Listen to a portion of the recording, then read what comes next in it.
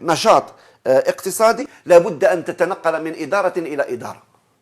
لماذا لا يكون عن طريق الاي جوفرنانس؟ علاه ما تكونش الحكومة الإلكترونية حكومة إلكترونية؟ أخي بلال، العالم لم يتوقف. أنا أحدثك مثلا عن المنظومة التعليمية مثلا في ماليزيا، لم تتوقف. علاه؟ لأنه كاين الاي ليرنينج، الاي بانكينج، الاي جوفرنانس، أمورك كلها مقضية من بيتك، تقضي أمورك. ولم نتعلم. تخيل هذا الكوفيد شحال عنده المده هو يضرب، شحال منذ متى؟ ليس منذ مارس، منذ ما قبل مارس. الناس العالم ما تنبهلوش، يتحدثون عن ديسمبر 2019. طيب احنا في الجزائر تنبهنا له في مارس لما العالم انفجر. طيب من شهر مارس الى الان كم شهرا؟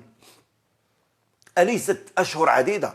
خلال 6 أشهر هذه 7 أشهر ألا يمكن أننا نبدع ونطور منظومتنا الإلكترونية؟ نستغل الفرصة لتكون ربما هذه مرحلة تغيير. أخي بلال، نحن متأخرون جدا، نحن بطيئون جدا، وبعد نروحوا الميزانية التسيير نخفضوها.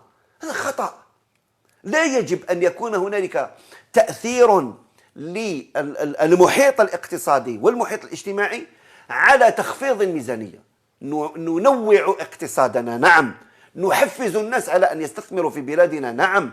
نحفز شبابنا على أن يوسعوا من دائرة الاستثمار، نعم. نوسع في الاستثمارات الفلاحية والاستثمارات السياحية والاستثمارات الصحية والاستثمارات التعليمية كما كنا نتكلم في الحصة الماضية، نعم. ولكن لا نعرقل الناس.